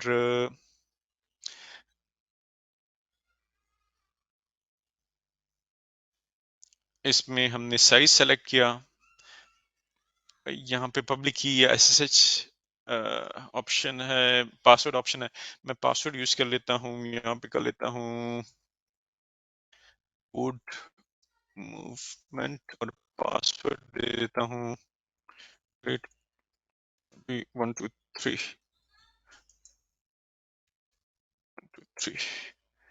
ये हो गया।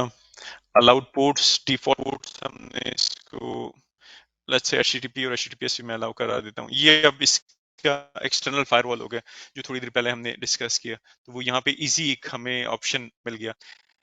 डिटेल्ड इसकी जो फायरवॉल की चीजें हैं वो हमें क्रिएट करते हैं, उसके बाद हमें अवेलेबल होंगी। मैं आगे जाता हूँ, नेक्स्ट कर देता हूँ। अब ये मैं क्या कर रहा हूँ, मैं एक रिसोर्स बना रहा हूँ अपने वो उस रिसोर्स ग्रुप में। ये जो अजीब सा नाम दिया गया है, वैसे हम रिसोर्स ग्रुप को बड़े अच्छे प्रोजेक्ट के बेस पे उसका नाम दे देते हैं।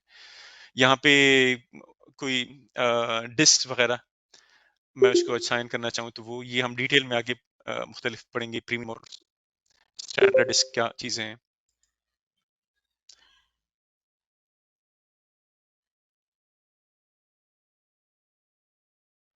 नेटवर्किंग में डिफॉल्ट जो है वो उसने उठा लिया। अगर डिफॉल्ट नहीं है तो यहाँ पे भी क्रिएट नेटवर्क करके मैं करा सकता हूँ, और सिंपल बस वो खुद ही ये चीजें उठा लेता है, बैकएंड से उसको IP देना चीजें कर लेता है, इतना मसला नहीं इसमें। मैं फिलहाल इसकी डिटेल में मैं नहीं जाता, मैं मैनेजमेंट में जाता हूँ।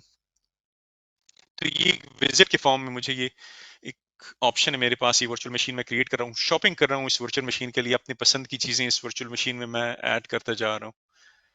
मैं मॉनिटरिंग इसकी रखना चाहता हूँ, नहीं रखना चाहता, अलर्ट्स,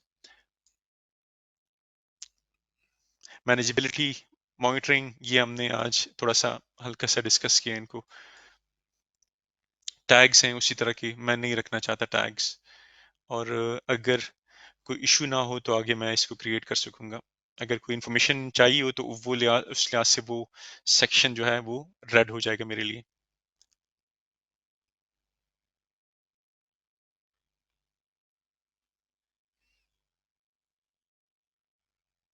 अच्छा, मैं ये मेरे पास रेडी है, मैं ये क्रिएट कर रहा हूँ और ये क्रिएट हो रहा है। अच्छा, जैसे ही ये सेशन हमारा खत्म होता है तो जो लिंक मैंने शेयर किया हुआ है जरूर वहां पे जाके अपने लिए ये सैंड बॉक्स जो है जरूर एक्टिवेट कराएं। सिंपल उसका तरीका है। और यहाँ इस पेज पे जाके यहाँ पे एक्टिवेट का बटन होगा, उस एक्टिवेट के बटन पे आप क्लिक करेंगे और बाकी सारे टेक्स्ट को इग्नोर कर दें फिलहाल, बाद में इसको हम एक्सप्लोर करेंगे। ये एजूर पोर्टल का ये लिंक है, portal.azure.com, तो इस पे चले जाएं, आपके पास ये विंडो आ जाएगी और यहाँ से फिर आप इसको फर्दर देख सकते हैं। अच्छा, ये डिप्लॉयमेंट इन प्रोग्रेस है, सही है। अच्छा, मैं ये अब क्या कर रहा है कि ये वर्चुअल नेटवर्क उसको असाइन कर रहा है सिक्योरिटी ग्रुप्स जो कि फायरवॉल है वो उसको असाइन कर रहा है, पब्लिक आईपी उसको असाइन कर रहा है।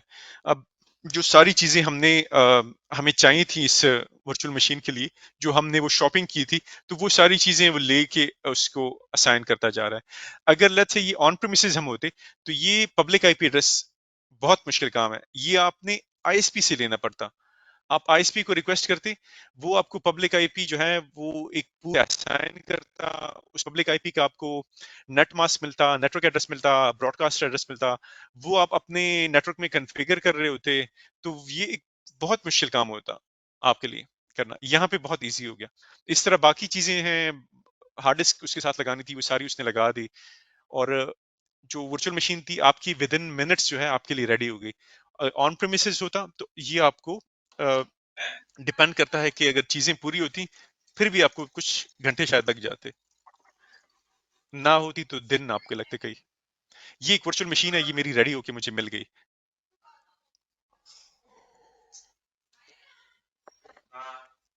अच्छा, इस अगर हम देखें ओवरव्यू है, तो ओवरव्यू में रिसोर्स ग्रुप मेरा है यहाँ पे, ये वही रिसोर्स ग्रुप है जिसकी हमने बात की। तो लॉजिकल जो है इसको हमने इसी रिसोर्स ग्रुप में रखा गया। मैं दूसरी वर्चुअल मशीन बनाता हूं तो वो भी इसी रिसोर्स ग्रुप में मैं उसको रख सकता हूं, या कोई और सर्विस बनाता हूं तो वो उसको इधर रख सकता हूं। लोकेशन वेस्ट यूएस मैंने रखी थी इस वर्चुअल मशीन की। सब्सक्रिप्शन जो है मेरे पास ये ऑलरेडी इनकी तरफ से एक ही सब्सक्रिप्शन थी जो पेमेंट है, लेट्स से ये पे एज यू गो है, तो वो ऑप्शन सब्सक्रिप्शन की मेरे पास है। सब्सक्रिप्शन आईडी मेरे पास ये है। अब ये सब्सक्रिप्शन आईडी अगर आपने किसी एप्लीकेशन में यूज करनी है कि वहां पे ऑटोमेट करना है कि लेट्स से डेली बेसिस पे कोई नया सर्वर आप बना रहे हो, आपकी एप्लीकेशन इस किस्म की हो कि उसको हर टाइम कोई सर्वर बनाने की जरूरत हो, तो वो आप ये सब्सक्रिप्शन आईडी लेके और उसमें कमांड्स हैं आपके पास मुख्तलिफ, वो दे के और CLI के थ्रू जो है या एप्लीकेशन जो है आपकी वो आके खुद से इसमें वो एप्लीकेशन जो है वर्चुअल मशीन्स बनाए, उस वर्चुअल मशीन्स को कॉन्फ़िगर करे, तो वो APIs के जरिए वो सारा ये चीजें कर सकती है। और ये सब्सक्रिप्शन आईडी दे के उसको टोकन्स के जरिए जो भी ऑथेंटिकेशन है वो हो के और आगे चीजें हो। मैं इसमें अगर फर्दर देखूं, यहाँ पे ऑपरेटिंग सिस्टम है मेरे पास उबंटू लिनक्स, साइज उसका है मशीन का, आईपी एड्रेस कौन सा असाइन किया गया है, ये मुझे एक आईपी एड्रेस मिल गया, और इसका ये सबनेट हो गया। डीएनएस नेम उसका कोई कॉन्फ़िगर नहीं है, ये बाद में हम इसको कॉन्फ़िगर करेंगे, और वर्चुअल मशीन्स को डीएनएस के नाम देके उनको एक फ्रेंडली डीएनएस नेम से हम एक्सेस करेंगे। अभी मैं अगर जाऊं CMD में, और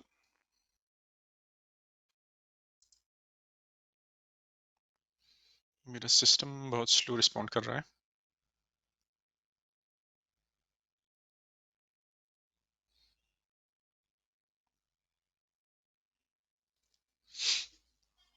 यहाँ से ये सर्विस को मैं स्टॉप, स्टार्ट, रीस्टार्ट, कनेक्ट, ये सारे ऑप्शंस मेरे पास अवेलेबल हैं।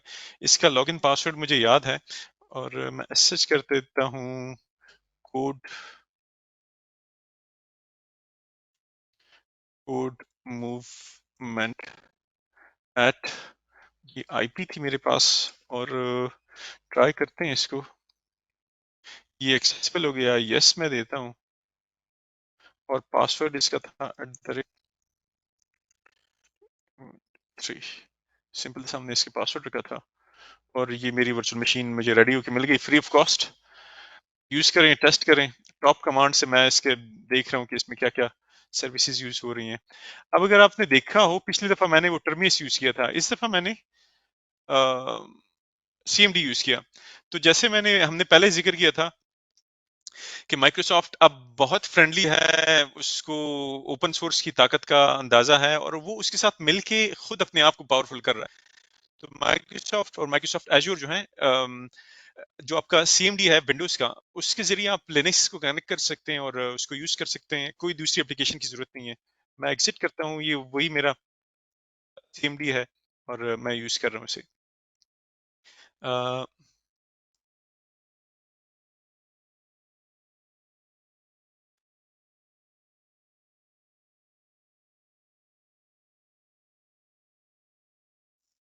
अच्छा, कल के सेशन से पहले कोशिश करें आप सब अपने लिए ये जो सैंडबॉक्स है ये जरूर बनाएं और उसको यूज करें। मैं लास्ट में सब्सक्रिप्शन का मैं इसको देख लेते हैं। Subscriptions।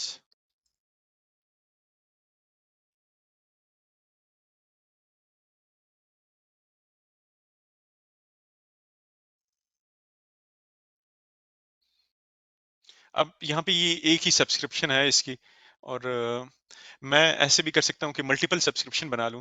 लेट्स से मैं चाहता हूं कि जो मेरी प्रोजेक्ट वन की बिलिंग है वो अलग हो, प्रोजेक्ट टू की बिलिंग अलग हो, या प्रोजेक्ट वन का जो एक्टिव डायरेक्टरी है या उसकी जो चीजें हैं वो बिल्कुल अलग हों, प्रोजेक्ट टू की अलग हों। अम, तो मैं अलग से एक दूसरी सब्सक्रिप्शन बना के मैं कर सकता हूँ।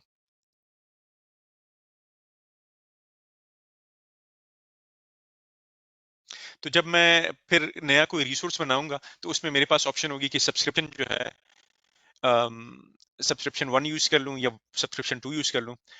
रिसोर्स ग्रुप में मेरे पास ऑप्शन होगी कि रिसोर्स ग्रुप वन यूज करूं या टू यूज करूं, जिस जो सब्सक्रिप्शन में अवेलेबल रिसोर्स ग्रुप होगा या मैंने बनाया होगा तो वो बना के मैं उस लिहाज से और अरेंज कर सकूंगा।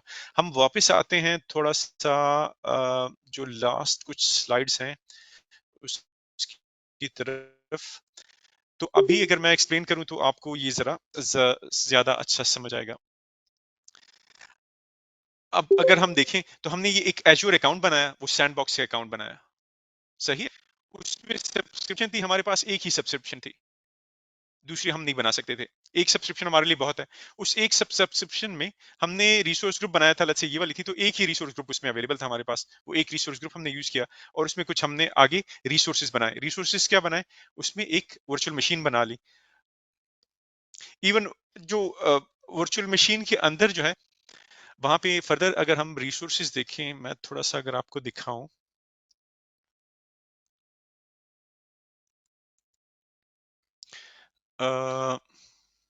सब्सक्रिप्शंस में हम जाते हैं, इस सब्सक्रिप्शन में जाते हैं, इसमें हमारे पास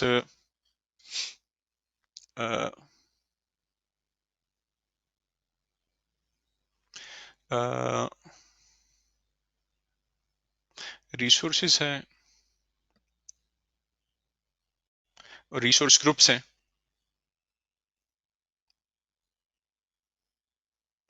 अच्छा, रिसोर्स ग्रुप्स हैं हमारे पास,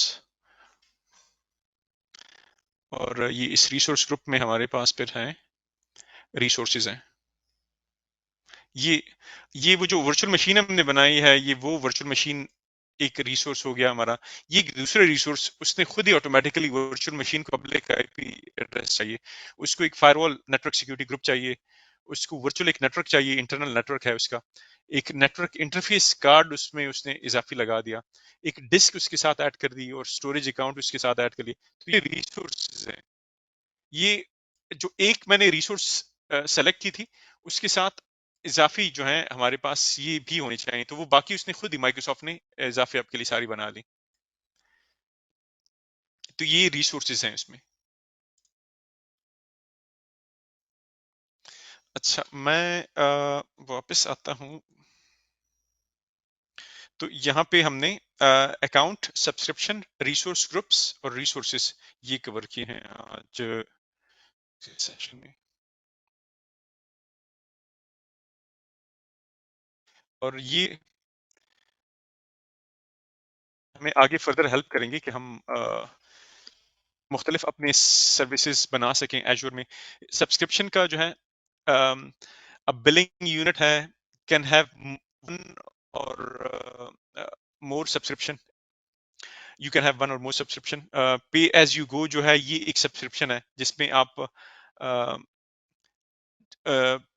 जो चीजें बनाते हैं उसी का आपको मंथली बेस पे मिलाता है। इंटरप्राइज एग्रीमेंट ये है कि इसमें जो आपकी ऑर्गेनाइजेशन है उसका अगर वो 3 साल का एग्रीमेंट उनके साथ करती है एजूर के साथ, तो वो फिर एंटरप्राइज एग्रीमेंट साइन कर सकती है और जो उनकी रिक्वायरमेंट्स हैं वो पूरी करके फिर एंटरप्राइज एग्रीमेंट में आपको जो सर्विसेज हैं वो डिस्काउंट रेट पे मिल रही होती हैं। फ्री क्रेडिट्स, जैसे कि अभी हमने एक फ्री प्लान बनाया, स्टार्टअप प्लान या $200 जो यूज करके वो कर लेते हैं।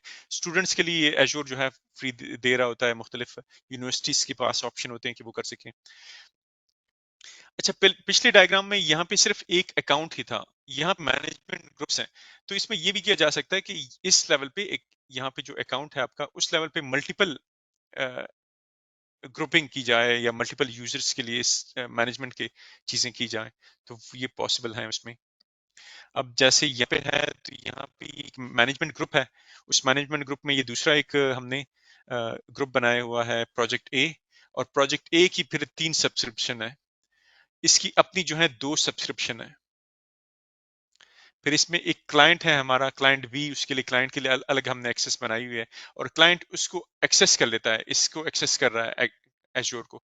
और क्लाइंट जब लॉगिन करता है तो उसको अपनी सिर्फ ये नीचे जो उसकी सब्सक्रिप्शन है और उसके रिसोर्सेज हैं वही नजर आ रहे होते हैं। हमें जो है ऊपर जो है इसमें जो मेन जिस जो ओनर है उनको सारा नजर आ रहा है। क्लाइंट को जब लॉगिन करता है तो उसको सिर्फ अपनी सर्विसेज नजर आ रही हैं। फिर उसमें एक, दो, तीन, चार उसमें मुख्तलिफ सब्सक्रिप्शन बनी है। अब इन सब्सक्रिप्शन में लत से यहाँ पे कोई अमेश पटेल लिखा हुआ है, तो उसको इस सब्सक्रिप्शन पे एक्सेस है, तो वो जब लॉग इन करेगा तो उसको सिर्फ इस सब्सक्रिप्शन के अंदर चीजें जो हैं वो नजर आएंगी। ये बैकएंड पे पूरा ये इंफ्रास्ट्रक्चर है, उसको वो नजर नहीं आएगा। तो ये इस तरह से चीजें जो है मैनेज की गई हैं, subscriptions, resource groups, management groups या अकाउंट्स, उस बेस पे मैनेज की गई हैं। आपका मोस्टली काम होगा, तो आपका मोस्टली लेट्स से आप एक डेवलपर हैं, डेवलपमेंट टीम में हैं, तो आपका यहाँ पे आपका कोई सर्विसेज बनी होंगी और आप उसको एक्सेस कर रहे होंगे और अपने क्लाइंट के लिए कोई प्रोजेक्ट, जो प्रोजेक्ट B1 है उसमें काम कर रहे हैं अपने क्लाइंट के लिए।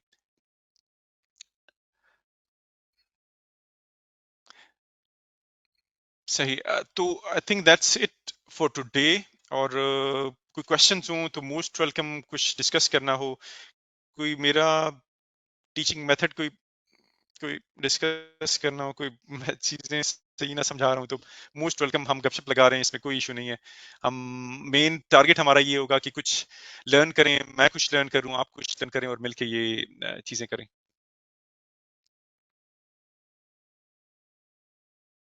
जी बिलाल।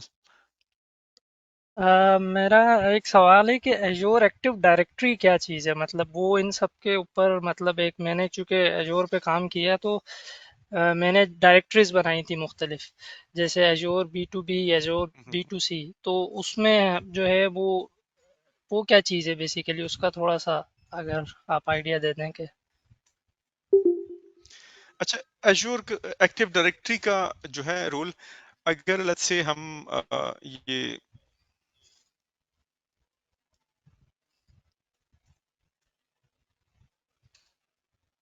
जैसे मैंने ये डायग्राम आपको दिखाया, इसमें हर एक सब्सक्रिप्शन इसमें एक एक्टिव डायरेक्टरी बन जाती है। अब इसकी एक एक्टिव डायरेक्टरी इसमें प्रोडक्शन की बन रही होगी, इसमें अलग से अलग एक्टिव डायरेक्टरी, इसमें अलग एक्टिव डायरेक्टरी, इसमें मतलब ये हर एक में अलग एक्टिव डायरेक्टरी बन रही है। और वो एक्टिव डायरेक्टरी जो है उसमें आप फिर मैनेज कर सकते हैं यूजर्स को, और उनको उस लिहाज से एक्सेस दे सकते हैं, चीजें कर सकते हैं। और एक आपकी यहाँ पे एक मेन एडी होगी, तो वो वहां से चीजें जो है आपकी मैनेज हो रही हैं, वो इस लेवल पे आपको जो एक्सेस दे रही है। तो जो आपकी B2B है या एडी से रिलेटेड चीजें हैं, तो वो मेन है ही एक्टिव डायरेक्टरी, जो सारा ये role based access control manage कर रहा है। लेकिन हमने अभी क्योंकि डिटेल में इसको डिस्कस नहीं किया, तो हमने एक्टिव डायरेक्टरी बेस पे इसकी चीजें यहाँ पे मेंशन नहीं की। और ठीक है। अगर हम अच्छा, यहाँ पे एक देखें सवाल। तो मेरा, हाँ, जी। एक्टिव, मैं अगर देखूं मेरे पास एक्टिव डायरेक्टरी इसकी, ये एजूर एक्टिव डायरेक्टरी है। तो ये इसके जब भी हम साथ वाले पे आप क्लिक करें ना, सर्विसेज बनाते हैं टेक्स्ट तो बॉक्स के साथ। हम्म, ये जो टेक्स्ट बॉक्स के साथ आप आइकन एक मेरी देखें ना, इस पे क्लिक करें तो आपको शायद डायरेक्टरीज आ जाएंगी।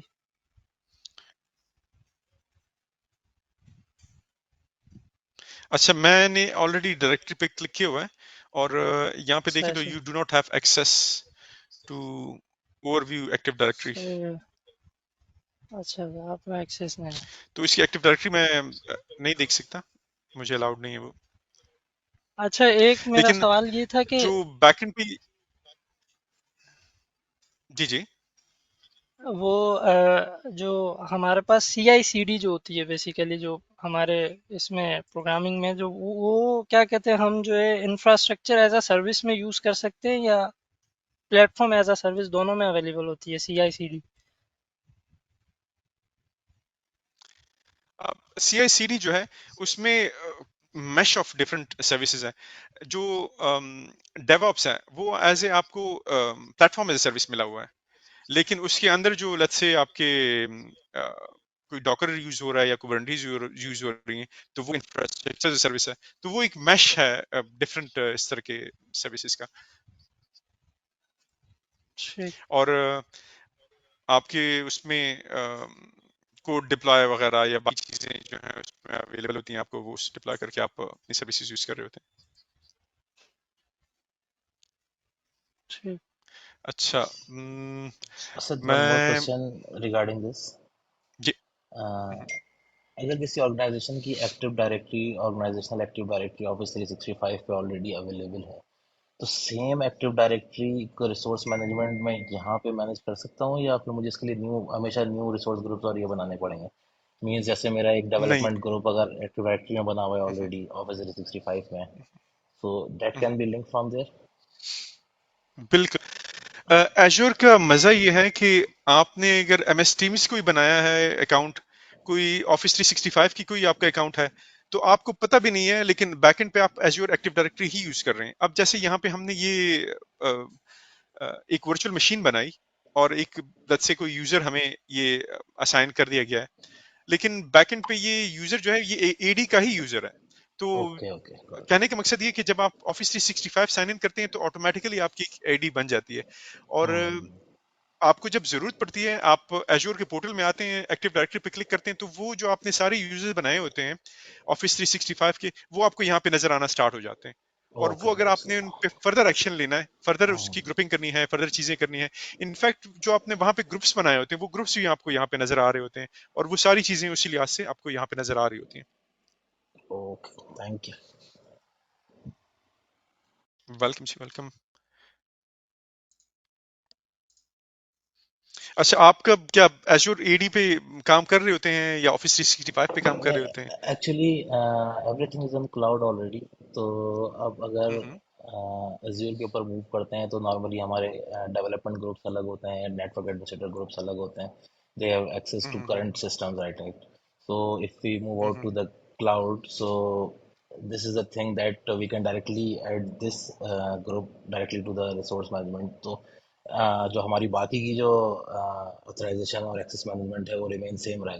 तो इस रेस्पेक्ट से मैं क्वेश्चन हम्म, कर रहा था कि अगर मैं पूरा कंप्लीट ग्रुप को एक हम्म, असाइन कर दूं रोल, तो उसमें जितने भी बंदे ऐड होते रहेंगे बाद में वो they have the same access. बिल्कुल बिल्कुल, इसमें बहुत बेस्ट तरीके से चीजें मैनेज हो रही हैं एश्योर में। और आपका अपना क्या एक्सपर्टीज है, डेवलपमेंट से रिलेटेड है या system admin cloud yes, development से ही रिलेटेड है सारी की सारी एक्चुअली। डेवलपमेंट से? सही। Managing all the projects regarding that, तो उसमें वेंडर्स भी सही। होते हैं, फिर आपका लोकल डेवलपर्स भी होते हैं, फिर admin, IT hmm, is definitely एक अलग, वो नेटवर्क एक अलग हम्म, डोमेन के अंदर रहते हैं। तो उसको आपको मैनेज करने के लिए चीज़ें देखनी पड़ती हैं, पूरा एक प्लान बनाना पड़ता है। सही है। सही है, बिल्कुल बिल्कुल। कोई और क्वेश्चन? कि बस। सही। क्लाउड जो है, जैसे स्टार्ट में मैंने इस सेशन के कहा, इम्पोर्टेंट है बहुत आपके लिए लर्न करना और उसके अंडरस्टैंड करना, उससे अपने फायदे की चीजें लेना। तो ये वन टाइम नॉलेज है, लेट्स से आप गेन करते हैं और उसको आप अपने फिर डेवलपमेंट में अपने सिस्टम में यूज करते हैं। जब आपको लेट्स से कोई क्लाइंट कहे कि यार मेरा जो सर्विसेज हैं एजूर पे हैं, तो आपको ये डर नहीं होगा कि यार मैं तो नहीं कर सकता। आप कहेंगे कि सही है, मुझे एक्सेस दे दो, मैं चेक कर लेता हूँ। तो आप एक्सेस देके आप जाएंगे, रिसोर्स ग्रुप उसके देखेंगे या उसके रिसोर्सेज देखेंगे, और उस लिहाज से आपको आइडिया हो जाएगा कि क्या क्या चीजें हैं। फर्दर हम इसको डिटेल में करेंगे। देखेंगे कि कैसे चीजें मैनेज हो रही हैं, और उस लिहाज से आपको इजी होगा। जो नेटवर्क की साइड का या क्लाउड की साइड का काम है वो आपका वन टाइम का होगा। आपने कोई एक आध चीज है, एक ऐप बनानी है, कोई उस ऐप को कुछ एक्सेस देनी है, वो आप दे देंगे। फिर आप आके आप फिर विजुअल स्टूडियो कोड में या जिसमें विजुअल स्टूडियो में बैठ के, या जो भी आपका टूल है, तो उसमें ही आप काम कर रहे होंगे। एज़्योर में बैकएंड पे आपको आइडिया होगा कि यार वो चीजें कनेक्टेड है, वहीं से चल रही हैं, तो एक आसानी होगी आपको चीजें समझने में। सही, आई थिंक दैट्स इट। कोई क्वेश्चन हो तो लास्ट चांस है, वरना मैं खत्म कर रहा हूँ जी मीटिंग। सर एक क्वेश्चन है जी, सर। क्वेश्चन मेरा related to the availability zone है। जिस तरह फॉर एग्जांपल अगर हमारी कोई एप्लीकेशन होती है, ट्रांजैक्शनल एप्लीकेशन है जिसमें फ्रीक्वेंट ट्रांजैक्शनल रिक्वेस्ट होती है, तो उस एप्लीकेशन के यूजेज जिस तरह मिडिल ईस्ट में भी है और नॉर्थ अमेरिका में भी है, तो इस केस में अवेलेबिलिटी जोन की सिलेक्शन हमारे कैसी होगी? मल्टीपल भी हम सेलेक्ट कर सकते हैं या फिर किस बेसिस पे हम लोग करते हैं सिलेक्ट? जो आप वर्चुअल मशीन बना रहे होंगे या जो भी रिसोर्स बना रहे होंगे, तो वहां पे आपके पास ऑप्शन होंगे। जिस रीजन में, जिस जगह पे आपने सेलेक्ट किया है, लेट्स से यूएस का सेलेक्ट किया है, तो वहां पे आपके पास ऑप्शन होगी कि आप अवेलेबिलिटी जोन सेलेक्ट कर लें, आप जोन बेस उसकी रिडंडेंसी सेलेक्ट कर लें। तो वहां पे जो इसको हम देखेंगे फर्दर। जो एक वो शॉपिंग कर रहे थे ना, वर्चुअल मशीन बना रहे थे, तो वहां पे हमारे पास ऑप्शन थी। यहाँ पे हमने उसको इतना डिटेल में नहीं देखा, तो वहां पे आपके पास ऑप्शन होंगे कि क्या क्या आप उसमें सेलेक्ट करना चाह रहे हैं, और उस लिहाज से वो चीजें सेलेक्ट हो जाएंगी। सो इट मीन एक एप्लीकेशन के मल्टीपल अवेलेबिलिटी जोन भी हम सेलेक्ट कर सकते हैं? जो एक लेट्स से कोई वर्चुअल मशीन बना रहा हूँ, तो उसके लिए मैं अवेलेबिलिटी जोन सेलेक्ट कर सकता हूँ। मैं अवेलेबिलिटी जोन सेलेक्ट करूंगा, तो वो ऑटोमेटिकली तीन जगह पे उसकी ऑप्शन, तीन जगह पे वो वर्चुअल मशीन जो है वो बन जाएगी ऑटोमेटिकली। मैं अगर यहाँ पे देखूं क्रिएट रिसोर्स में, बल्कि इनफैक्ट ये खत्म हो गया है इसका टाइम। ये फर्दर इंशाल्लाह आपको हाँ, नेक्स्ट ठीक है। Thank you. जो इस पे डिटेल में हम करेंगे, तो उसमें चीजें क्लियर हो जाएंगी। सही।